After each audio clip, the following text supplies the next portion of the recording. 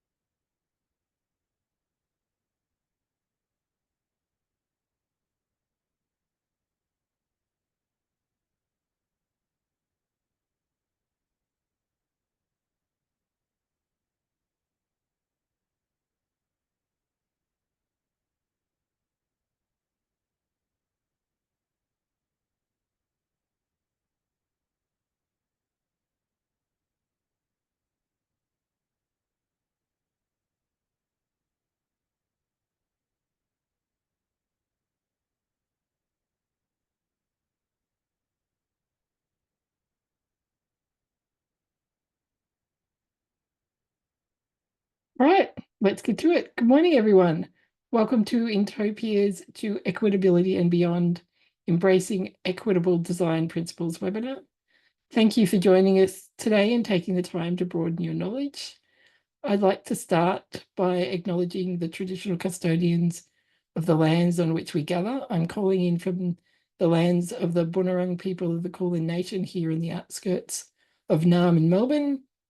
I pay my respects to elders past and present and extend that respect to any Aboriginal or Torres Strait Islander people here today. My name's Julia Svaganovic. I'm the Events and Marketing Coordinator here at Intopia and your host for this webinar. So today we're going to be exploring all aspects of equitable design research. Just what is it? How does it differ from universal design and inclusive design? Steps and strategies to start making your products accessible, inclusive, and an enjoyable experience for everyone. And most importantly, best practices in designing with people with disability. I would like to introduce our fantastic presenters today, Charlie Parker and Jacinta Gregory from Intopia's Equitable Research and Design team. And of course, today is a great opportunity to ask any questions you have about equitable design. If you have questions for Charlie and Jacinta, just use the Q&A feature to submit them. And you can do that anytime during the webinar today, and we'll try and answer as many as possible towards the end of the webinar where we have earmarked some time to do that. So today's webinar is being live captioned, and a big thank you to AI Media for providing the captions for us. We're also recording this webinar, so if you have to leave or miss noting down something, you'll be able to rewatch it on the Intopia YouTube channel shortly after today. We'll put that up on our social media when it's available, so keep an eye out for that. Alternatively, you can subscribe to our YouTube channel, and if you have notifications turned on, it will let you know as soon as it's published. So, Charlie and Jacinta, tell us about equitable design research. Thank you, Julia. And yeah, for those of you who haven't met us, my name is Jacinta. And I'm Charlie. And we are from Intopia, which is the largest team of digital accessibility and equitable design experts in the Southern Hemisphere. We are proudly disability-led and female-led, social enterprise, passionate about creating an inclusive and digital world. Intopia offers accessibility assessments, education and learning, accessibility ops, strategy and policy, accessibility conformance reporting, and our specialty, equitable design and research. If you would like to learn more about any of the other services we offer, please reach out to us via our websites or socials, or a mail carry pigeon, whatever your preferred way of communication is. Open to all.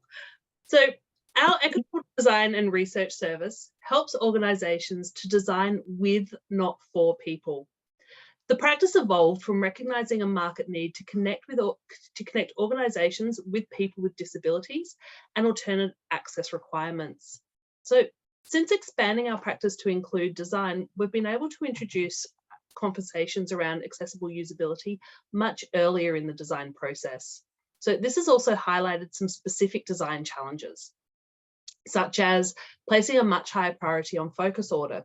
Does someone who uses a screen reader want to start at the top of every page, especially if that information is presented and repeated across every page? So if they've logged into your site, they're in the middle of a flow and the top of each page has their name and their ID number and some information about what they're doing. Do they want that announced every time because the focus order is moving to the top of the page? Or would they prefer to land in the main heading or into the next step and just continue the flow as somebody's eyes would track similarly? So, and then they can choose to explore the page and move around relevant information at their own discretion. So typically at the start of a project, end users are engaged for feedback, but what we noticed is that user testing with people with disabilities was often rare. So their voices were often assumed based on how people think people with disability use the web, and any research involving them was usually an afterthought rather than an integrated part of the design process. Accessible user testing is often used more as a validation test following an audit. So to make sure the auditors have done their job right and they haven't missed anything, we'll get some real people to test and validate that the audit's been done correctly, rather than to validate that the end user experience is what it needs to be for that user. So in saying that, the most common feedback that we hear from client observers who attend our usability sessions, quite often they're unsure and they're not sure if they want to sit in and what they'll learn, but generally they're always blown away. They find out, actually seeing somebody use their site really has a positive impact on them and their experience and perspective. So despite the recent boom in UX, testing with users with disabilities remains rare. From speaking with designers, we know there is an interest and enthusiasm, but many often don't know where to start. We know that testing early and testing often, along with co-designing, is the best way to build a robust product that meets the needs of all users. But many of the designers we encounter are uncertain or unfamiliar with working with people with disabilities, so often don't consider it. There is a bit of a fear in saying the wrong thing. The sheer utter horror of facilitating a session with a screen reader user and asking them to look at this page is enough to make some researchers avoid the situation altogether. But to be honest, we have all been there. I've done it. Take a look around this page is a common instruction that we use. And generally speaking, people with disabilities are very understanding of our own impediments and limitations. Right. So our Equitable Design and Research Service supports designers and researchers in expanding their practices and increasing their confidence to include often overlooked user groups. Traditionally, accessibility was addressed through audits, with experts assessing products based on the Web Content Accessibility Guidelines, or WCAG. While this is important, it often overlooks the usability of digital products. So as a designer, one of the first considerations is to make the experience enjoyable. You want people to return to your site. You want them to enjoy the experience. You want them to come back to gain a customer. However, when it comes to considering accessibility, it's often thought of as a technical component. So it's done later in the life cycle. It's done when everything's built, all the decisions are made, and there's often a disconnect between the accessible needs of a user and that same user's experience overall. It's almost as if to say, we just spent all this money on accessibility and making sure that it meets standards and it was accessible for you, and now you're saying that you want to enjoy it as well.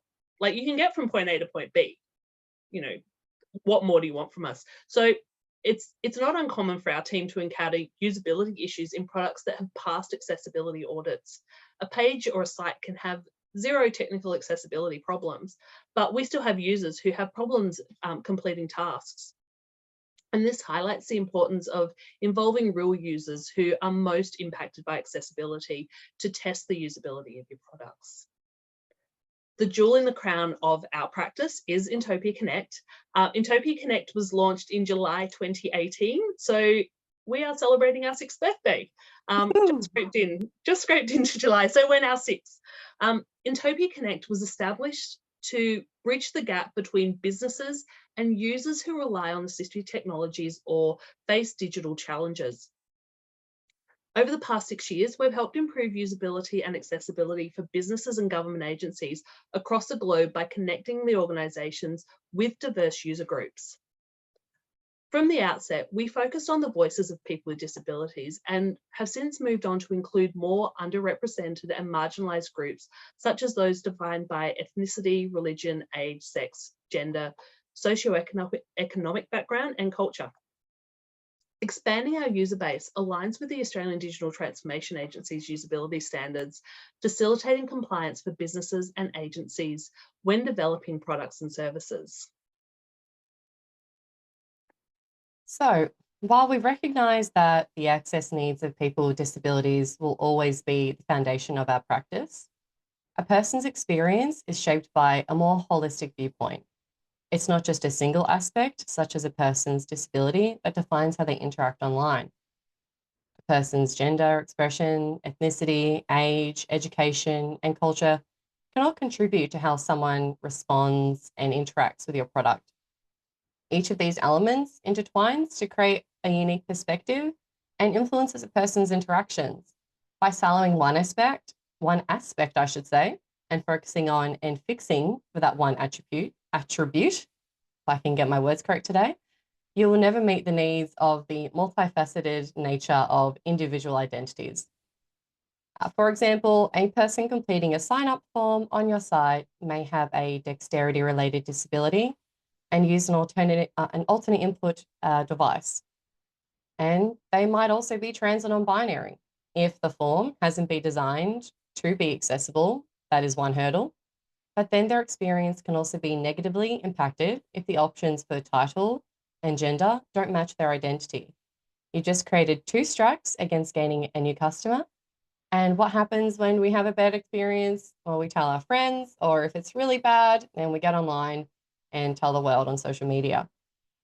We can try our best and put in an option like other or intermediate or indeterminate for gender, but unless you connect with the community and get feedback, you'll never really create a truly inclusive experience for that particular kind of user.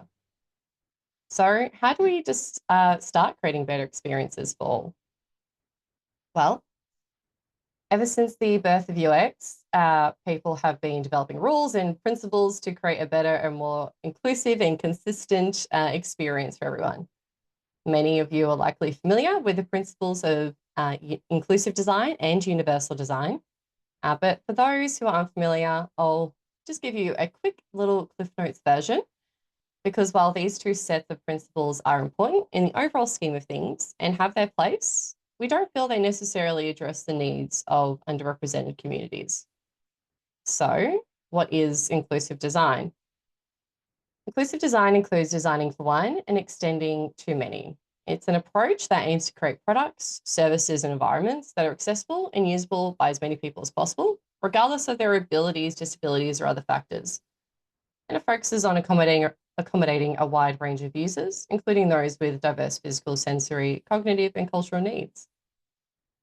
Some key characteristics is incorporating the needs and perspectives of those diverse user groups through the design process, designing adaptable products to meet those different user needs, and engaging with various users to understand their needs and incorporate their feedback.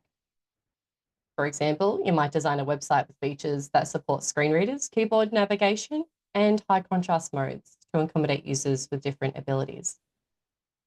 On the other side, we have universal design. This includes a one-size-fits-all approach, which aims to provide a single design solution that works for the widest range of people. It will incorporate accessibility features into the design without needing separate modifications, and will focus on creating designs that are easy to use for everyone. But while it might attempt to create a solution that meets broad needs, it can also lead to compromises that don't fully satisfy any specific group. By trying to address many needs simultaneously, universal design can end up delivering solutions that are mediocre in addressing any single need effectively. This can lead to a design that is functional, but compromises the overall user experience.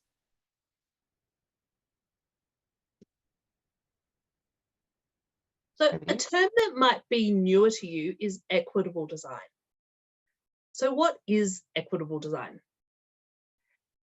And how does it differ from inclusive and universal? So equitable design focuses on creating solutions that address the diverse needs of different user groups. So rather than a one-size-fits-all or one-size-fits-many, design for one, extend to all approach, it provides tailored solutions and removes barriers that disproportionately affect certain user groups. So it aims to ensure fair access and opportunities by considering specific context and challenges faced by various groups. And some of the key characteristics of equitable design are that it addresses the unique needs and barriers faced by different groups, often through targeted interventions. For example, embedding a read aloud widget in your site. Through our testing, a lot of our users do prefer to use a read aloud, and this could be because of a cognitive disability. Some people who have ADHD prefer to read words and hear words at the same time to help them to comprehend. People with dyslexia often prefer to listen to text being written, and even just people that are tired. Now, quite often people have third-party widgets that they'll have set up on their devices that can read text. But what we've found through our research is that if there is an embedded option, people often use that because they know that that embedded option will work on that site. Sometimes there's a little bit of a mismatch between the third parties, but if there's a button that they can press embedded in the site, it just means it'll read it all in a fairly seamless manner.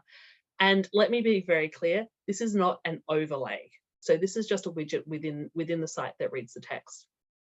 Another option is allowing a web page to be viewed in reading mode. So in Chrome, you can select reading mode, which opens a side panel to help you focus more easily on the text. And you can change the text size, the font type, and the color. So you can make it easier to read for you individually and just keep that text in focus.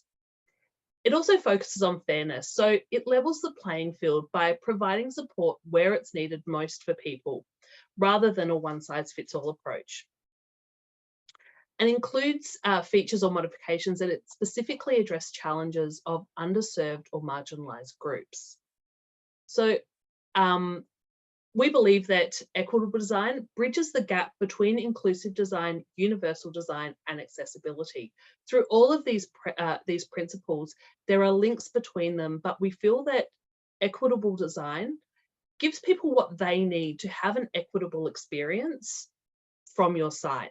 So it acknowledges that there is a difference between equality and equitability. Now, what will be a talk on equality and equity without this much used, much loved image? So on the screen, we have an image that's split into two halves. We have three people on the left-hand side, all watching a football game. Now, there's a person on the far left who is quite tall. They're all at a fence. Person is standing on a box and can see very well over that fence. Then there's a smaller person next to them, and they're also standing on the box and can just see over the fence. So they're able to see the game, maybe not as well, and they're kind of hanging onto the fence to sort of get a better view. And then there's a third person in the image who is a wheelchair user with the box in front of them. And they can't use the box to sit their wheelchair on because it probably wouldn't be particularly safe. And they've got a lovely view of the fence. So they've all been given the equal access to the football game. They've all been given the same box to stand on, but they can't all use it in the same way.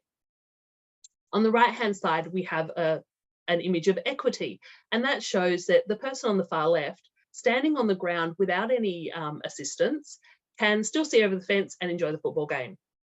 What they've done is then passed their box onto the shorter person who was standing next to them, who's stacked 2 boxes and can see over the fence. And they're now able to join the game. And the wheelchair user has been given a ramp, and that ramp is high enough to get them to the height to see over the fence, and that person can now enjoy the game. So we've offered solutions. Some people don't necessarily need a solution. Other people need differing solutions, and they all get to enjoy the game. So often when we speak of accessibility, we reference equal access for all. So equality is giving everybody the same thing, but even the Human Rights Commission advocates for equity over equality. So equality is recognising that all human beings have the same value. This includes the same rights, same level of respect, and access to opportunities. Equity recognises that we all start from a different place. So to achieve equality, we need to consider what individual people and communities need in order to secure equivalent outcomes. And that doesn't always come from giving people the same tools or having a one-size-fits-all approach.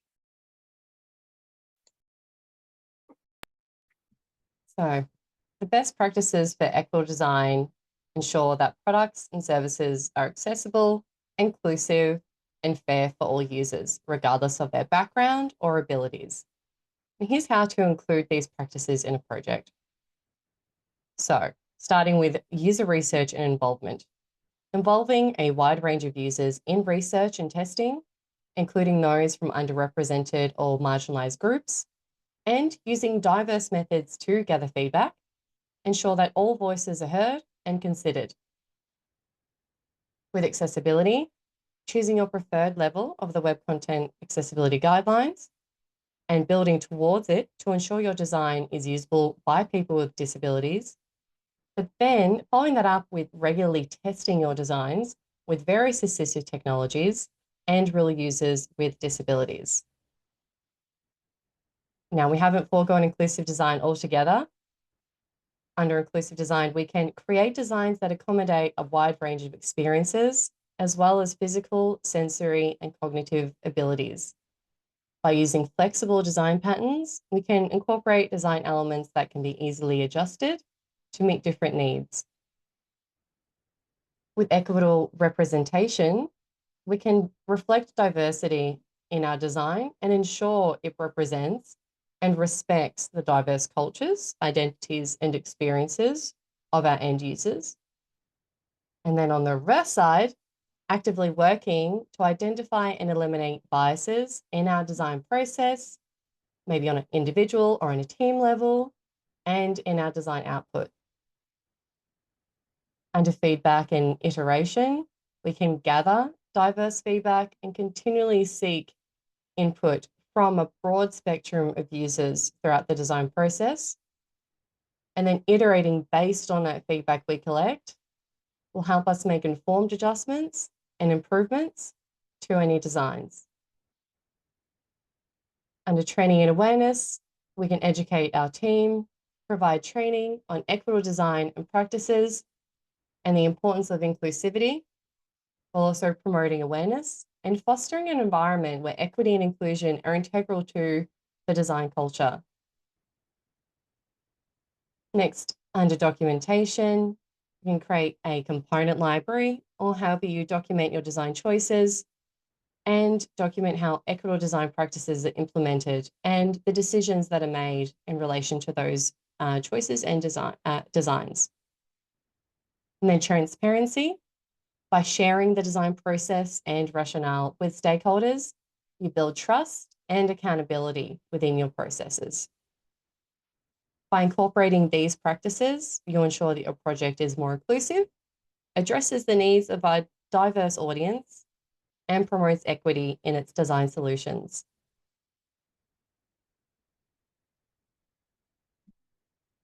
So, how do we approach user testing? Charlie? So our approach to user testing and equitable research is through recruiting diverse participants. So often when people go out to market and they're looking for testing users that are from diverse communities, people with disabilities, people who have barriers to literacy and numeracy, people who have English as a second language, they will look at that one attribute. So they will find somebody with a disability, they'll find a screen reader user, and they'll put that screen reader user in front of the site.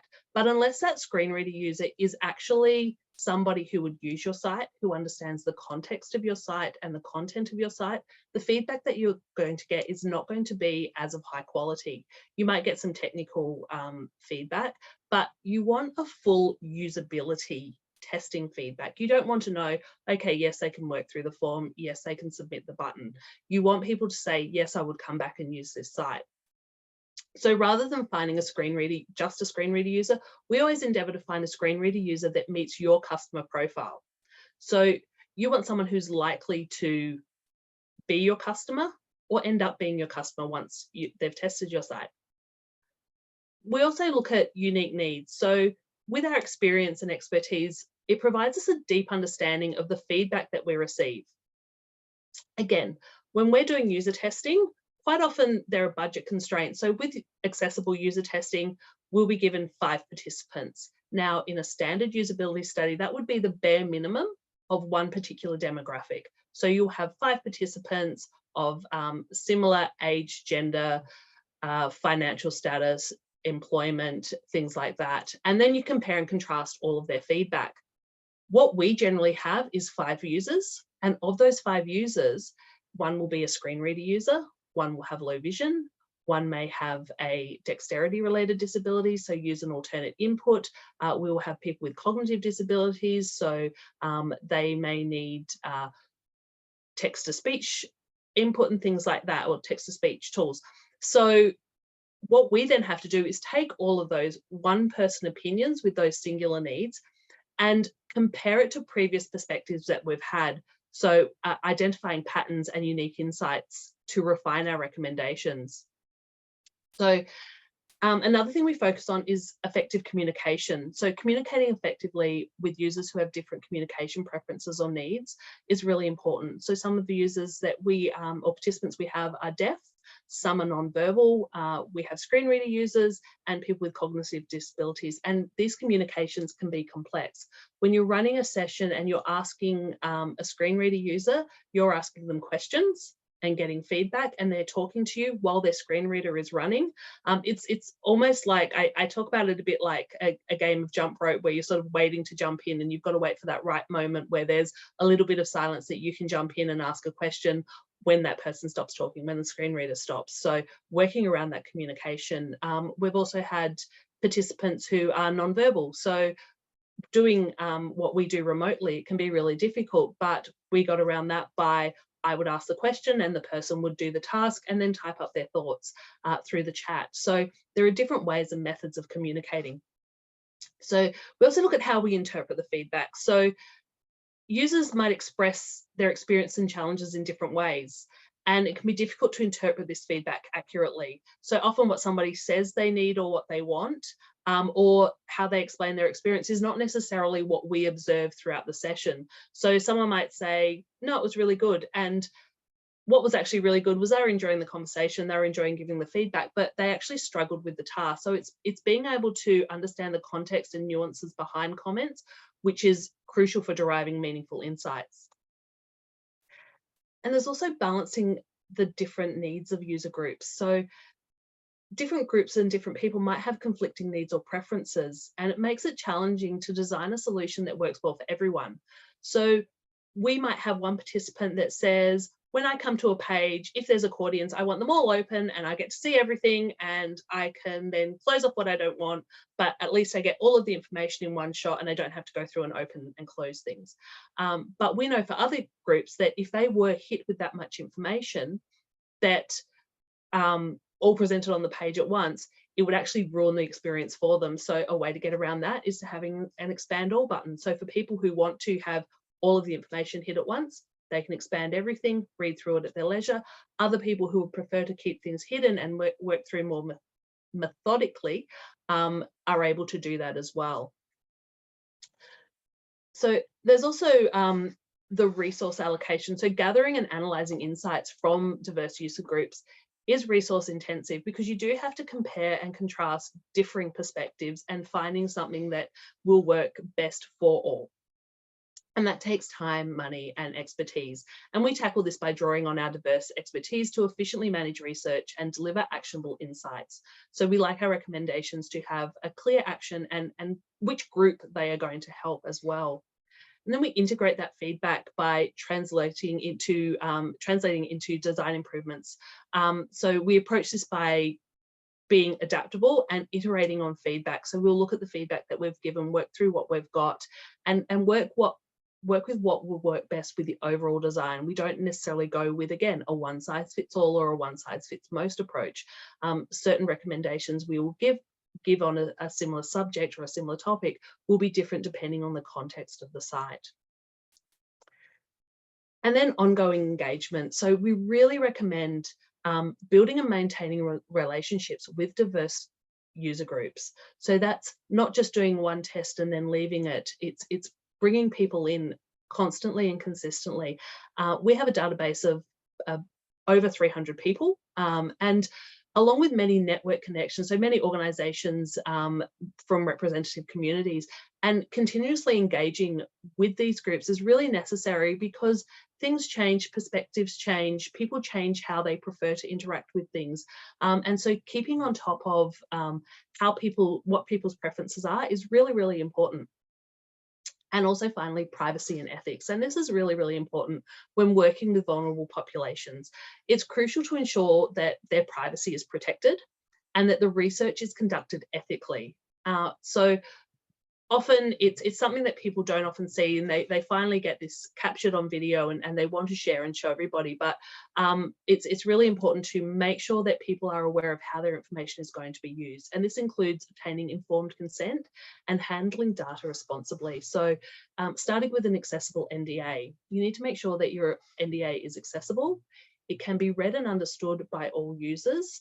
Quite often we will get NDAs from businesses that we work with clients, and it can be 3 pages of I feel like I'm buying a house. It's so full of legalese and very complicated to read, and really at the crux of it, they're just saying, please don't talk to anybody about what we're doing. We're not going to talk about you outside of this project, and everything you say will be confident and your privacy will be protected. They're sort of the 4 tenets of what an NDA says.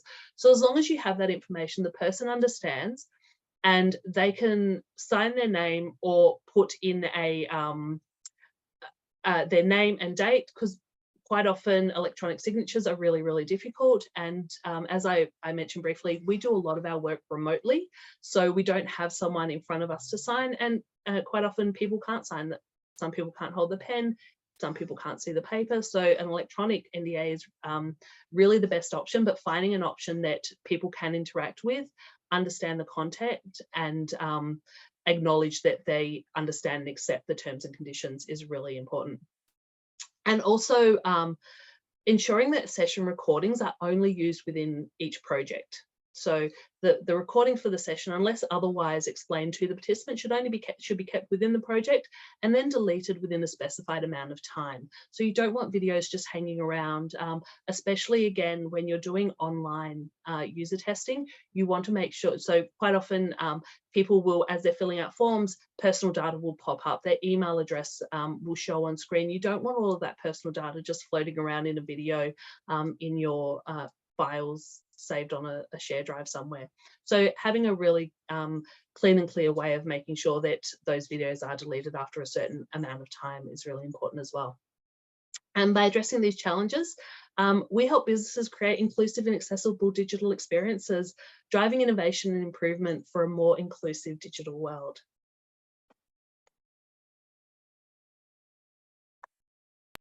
And that brings us to the end, but I think we've got some questions. Thanks, Charlie. We do. We've got some great questions coming through. Let's start with one that kind of picks up on what you were just talking about, especially with research and privacy and ethics. How much can you rely on existing research that came out of someone else's usability testing? Is it necessary to test everything fresh with all user types? From Ricky.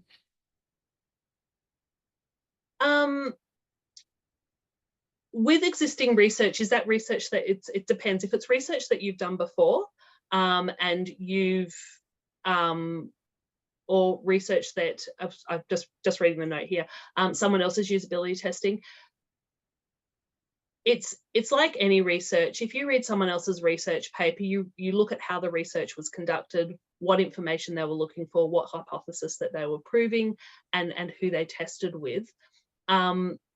You don't necessarily need to test everything fresh with all user types. I would definitely say any new site should be tested with all user types, and then any follow-up, depending on necessarily what's changed within the website, will drive your user testing. But I always suggest including people with disabilities within regular standard user testing that is run. So always add these considerations in, because then it becomes part of your business as usual. So where you would do user testing, it just becomes part of that regular flow. I don't know if you have any other further things to add to that, Jacinta. No, I think you pretty much nailed it. Yeah, as you said, it really depends what is new that needs to be tested. Is it a change to the flow? Is it new componentry? How much has it varied itself from what was previously tested, which should all come into consideration. But as Charlie said, if you have equity already included in your design and research processes, then different user groups will already be considered at the times that they need to be. So we have someone else saying, great presentation. They're really interested in equitable versus inclusive, as you know, the term often these days is inclusive design. The question is, why would targeted solutions like third-party widgets be considered an example of equitable, not inclusive design? Aren't we co-designing with excluded people in inclusive design and designing targeted solutions as part of this also? Do you want me to hit that one, Jacinta? Yes, sorry. Yep. Yeah, you're right. Aren't we co-designing with excluded people? That's an excellent, I'm going to focus on that part of the question first. Are we co-designing with excluded people? There's a lot of talk about it, but how often does it actually happen? How often does the co-design process actually bring in people from marginalized communities and with different experiences and different access needs? I'd say based on the amount of usability testing that's done and co-design that's done, it's a very, very small portion, because people are often scared or unsure where to start and how to do it. So aren't we co-designing with excluded people in inclusive design? Yes, and that's, this presentation isn't about, it's all about equitable design and you should only do equitable design, and universal design and inclusive design are out the window and we don't want to see them. These are all very, we see equitable design as being a better fit for everyone, looking at, and it can be the hardest one. It can be the one that takes more resources. It can be the one that takes a lot more thinking around being giving a better and equitable experience for everybody. So universal design, you know, misses some edge cases and you know, does a one size fits most kind of thing, which does exclude people. Inclusive design is part of, we consider inclusive design being part of equitable design. So yes, we are considering, you do consider inclusive design as part of equitable design, but you don't necessarily offer all the solutions for all the people. And that's what we're trying to do, is offer an equitable experience for everybody, not an equal experience. So not making sure that everybody gets the same tool to access something, because not everybody needs the same tool to access something. And if I can just add to that too, a key part of that as well isn't just so that a user can access the product. A user can access a product and it might not still be a great experience for them. This is about reaching a point where access and enjoyment are on the same level for that user. For every user, you want everyone who comes to your website or app or whatever it might be to have an enjoyable experience. And part of that is meeting the user where they're at. You might have accessibility solutions already embedded, technical solutions, but has the actual usability of the product be considered for that particular user type? And that kind of goes back to, I think, what was mentioned earlier about how focus order might be considered for one group of users, and how that might impact the visual hierarchy of the product can be considered for another group of users. So you're trying to sort of meet the user at the point that they're at, rather than building from the other end down, if that makes sense. The analogy makes sense in my head. I might not be very good at explaining it. So there's two questions here that touch on very similar aspects, and so we're probably going to ask them together. And it's around, as we know, convincing businesses that they need to be equitable and inclusive and accessible. So it's how can a business effectively recognize the specific needs of their customers with disabilities? And how do you overcome the challenges of convincing businesses about user testing with people of different abilities? Any advice? I'll jump in again on this one. It's always really difficult.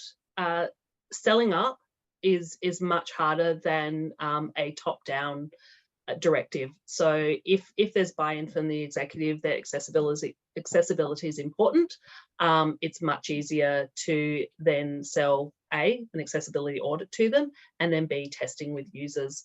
And I think the only way you can really do it is to chip away and to keep bringing it up and bringing it into your general practice, into your business as usual. So again, having people with disability or from marginalized groups, people with language barriers in your feedback sessions, in your interview groups, and getting their feedback, and then including that feedback in reports and pushing those reports up. So making sure that in your exec summary, you highlight the things that that people are saying and how this can be impacted.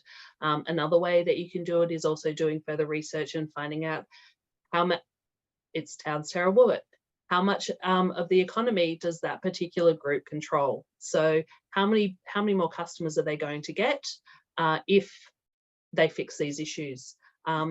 It's a terrible way to look at it. It's not the way that you really want to consider things. But when we're looking at business is about business, and it's about money through the door, and how much of that money are they missing out on? Because that can often drive a project as well, if they start to think of how much more of a market share they can get by fixing things.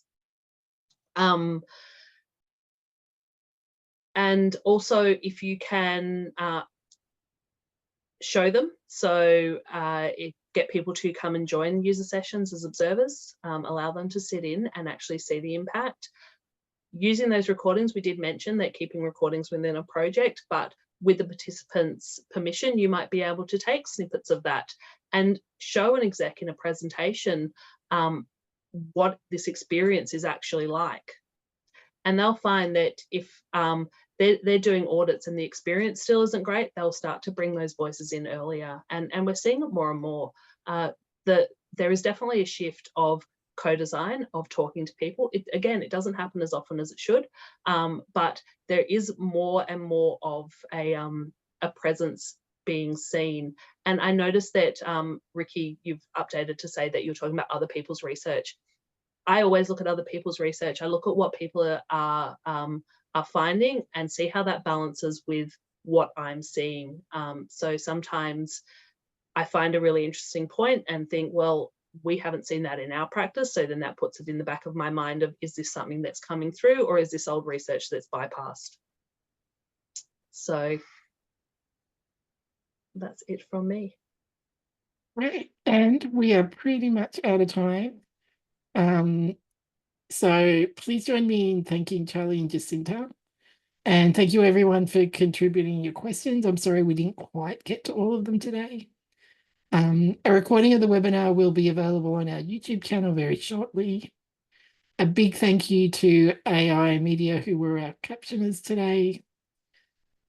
We'll have another webinar coming up in September, so look out for details with that soon. We're just sort of confirming around what that's going to be. And if you want to go further on your equitable design and research journey, Intopia is here to assist. Just see our services page for more information on equitable research and design, or you can go to the contact page on our website, and I'll drop them into the chat, and fill in the form to contact us directly. Thank you all for joining us today, and have a wonderful rest of your day.